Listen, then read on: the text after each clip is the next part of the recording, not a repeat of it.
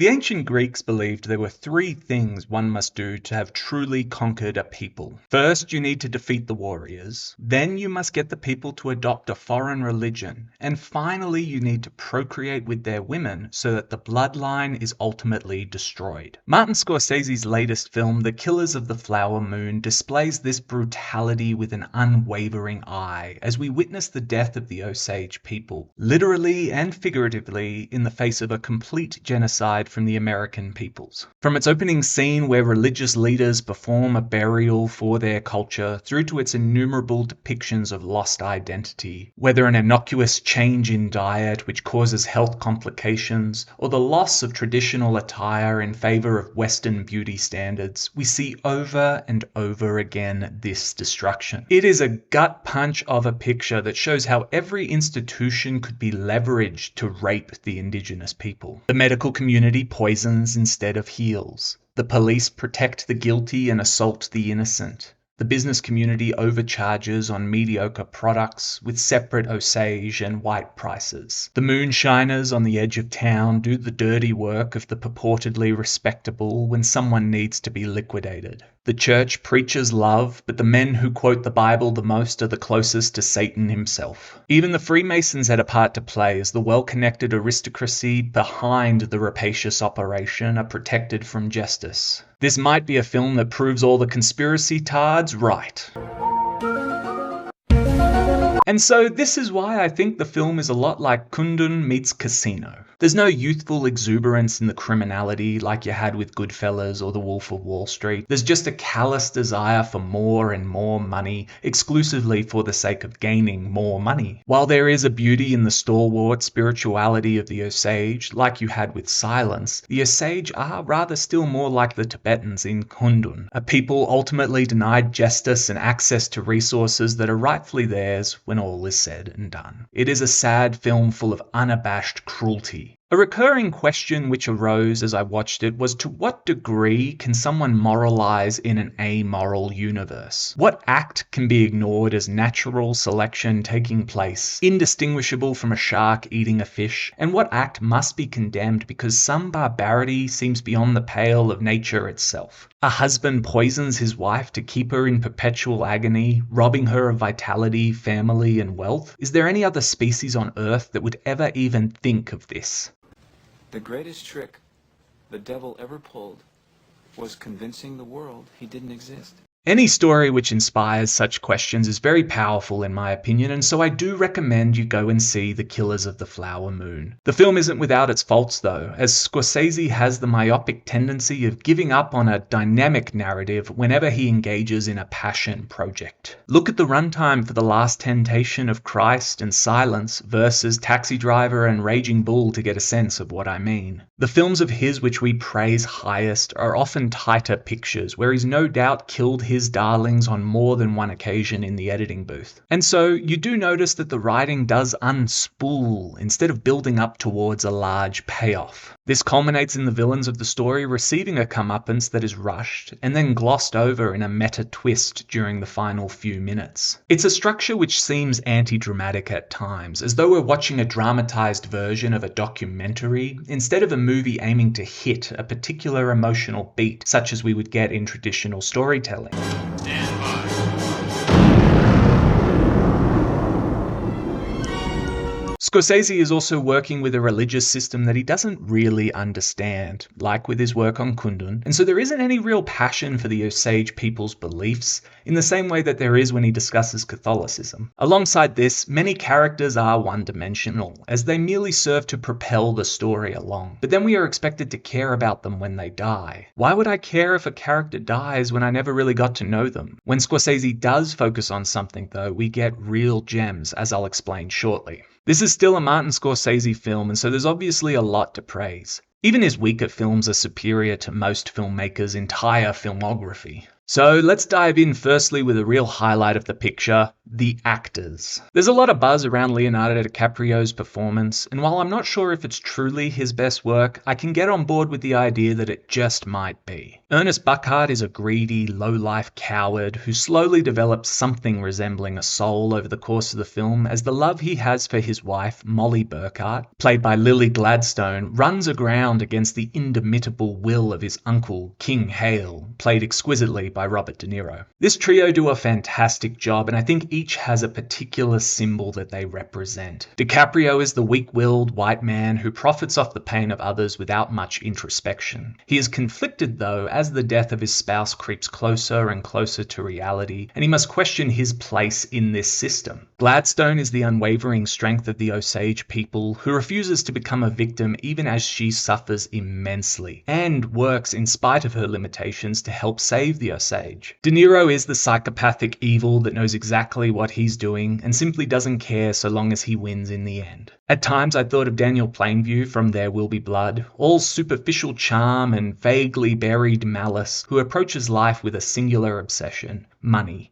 Or more broadly, winning. It's a great experience to sit in a theatre and enjoy good acting as you notice sophisticated details which are often missing from other performances. For instance, De Niro and DiCaprio do a great job of emphasizing lines of dialogue with a flick of their eyes. It seems silly to say it, but you can tell what their characters hold to be of great value by when they look directly at someone and when they look away. Gladstone is less expressive than the two men as her role requires her to be more reserved, and so she uses subtleties in her voice to convey what she truly believes. Often, she is stony-faced with barely a wrinkle on her forehead, but the cadence of her voice tells you everything you need to know. It's delightful, even if the content is unpleasant, and Jesse Plemons and other cameo performances hold their own to ensure no one really dropped the ball in this department. There was some backlash to Brendan Fraser's performance because the first moment we see the guy, he's screaming and acting overdramatic. But if you pay attention to the scene, then you'll see it's clear that this was a ploy by the character and not an error in judgment by the actor. It's very solid stuff, and I loved that element of the film. The first weak point, as Scorsese anticipated in his interviews, is the runtime. Now, in my review of Beau is Afraid, I praised its 3-hour run and argued that it's engaging throughout, so I'm not mindlessly against long films. The issue here, in my opinion, is that The Killers of the Flower Moon is a series of and-then moments. Whereas Beau is Afraid was broken into 4 sections of roughly equal length that come across like individual short films, with each section bringing us down into a new layer of Beau's personal hell. Meanwhile, with The Killers of the Flower Moon, it continues to go and go without any real sense of a beginning, middle, and end. We're like ghosts wandering through the lives of these people, and we never really get a foothold. This idea is emphasized by the finale, which pulls us out of the picture for a meta postscript that explains where each character ends up via a live radio broadcast a few decades later. It leaves you dissatisfied with the experience because we don't see Ernest living as a bum, and we don't get to experience any joy that Molly could have found with her children after the events of the film. Now, I could see an argument which says that this dissatisfied feeling is ideal for a story about justice never truly being served. We don't get the Death Star blowing up because the Empire hasn't been dealt a blow and continues to operate. So we are placed in the disappointed feeling that the Osage must have experienced at knowing such evil could be wrought upon them, and that there's still never been any restitution. And I don't necessarily mean that in a financial sense, but rather an emotional or spiritual one.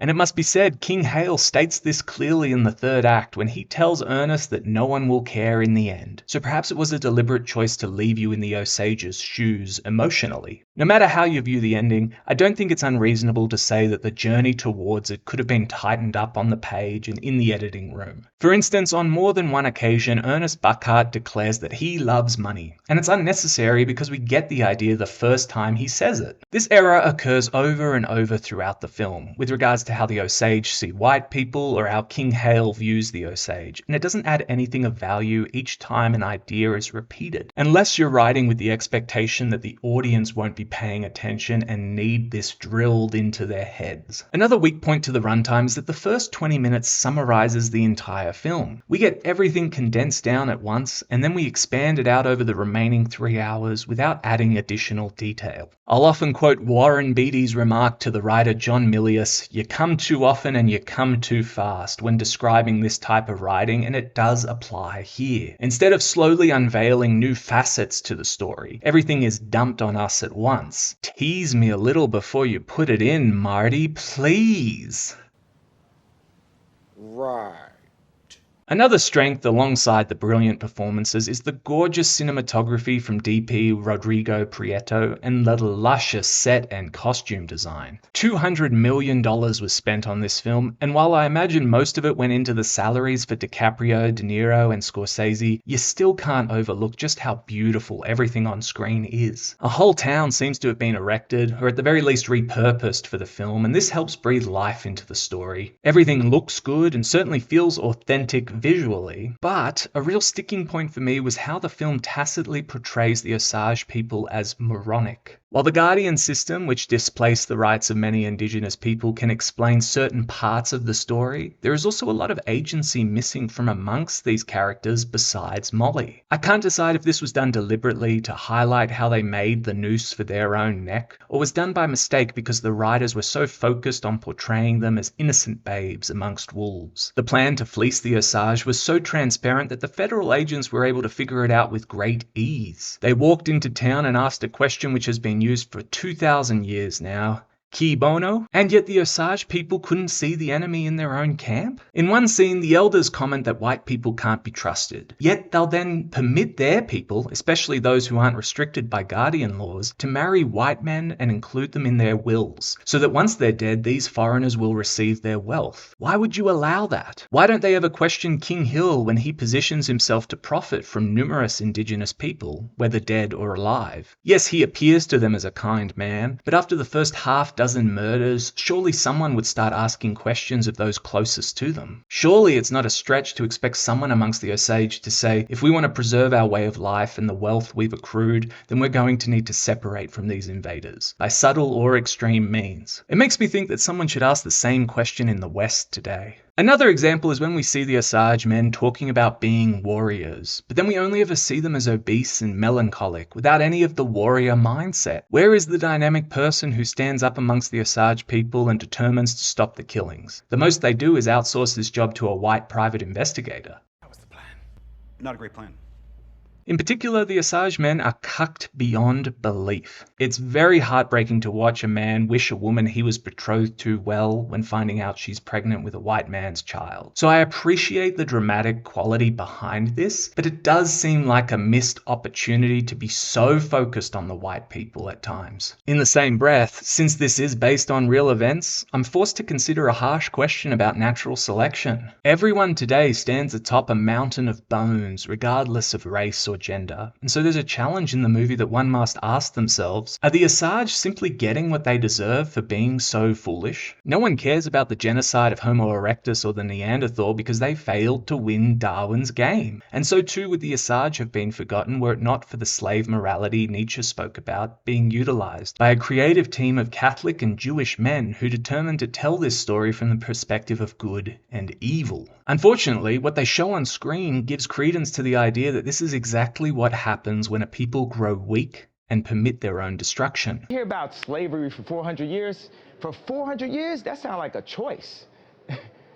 We must contend with this when looking at history and when looking at those who suffer in the present, and the Killers of the Flower Moon inspires this train of thought. One group takes resources to grow stronger and outbreed another. One side dominates a space and in so doing oppresses those who are perhaps noble and sweet, but ultimately not in the tribe and not permitted to reap the spoils of the winner. This is where King Hale is such a great example of master morality, contrasting against the filmmaker's own view of the world. Everything he does is born of a belief that he is completely justified. Indians are not equal to white people, so what does it matter if they die? After all, Hale still kindly brings modern conveniences to the savages, so they at least get something nice out of it in the end thanks to his largesse. Why are they complaining? While you may want to be around the warm-hearted and naive, when the chips are down and resources are scarce, who would you rather have on your side? Another question I couldn't help but wonder is natural selection even real? Or is it just sophistry designed by psychopaths? Or worse, demons in meat suits? As I said at the start, any film which can dredge up such questions is ultimately a winner, because this is the kind of meaty stuff you want from cinema, and hopefully it inspires some great conversations in your own life. Beyond this, though, lies the idea of eternity after death, and in one of the best scenes in the entire film, we witness Lizzie Q, Molly's mother, pass away and be reunited with her ancestors. I cannot put into words how much I admire Scorsese's ability to cut from sound to silence, to emphasize a moment, and he does so during this scene to great effect.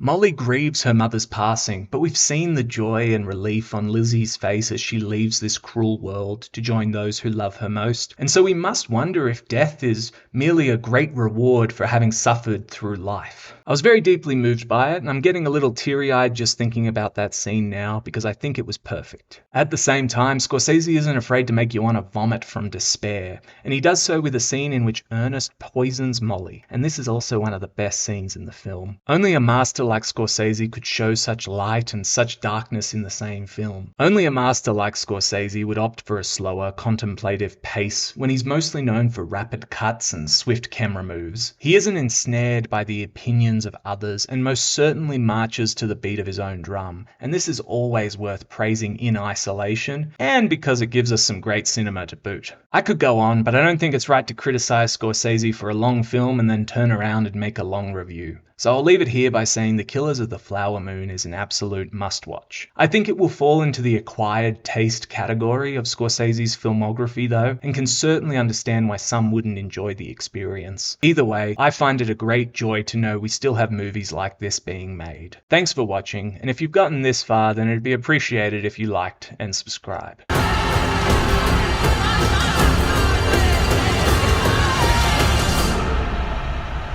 Can you find the wolves in this picture?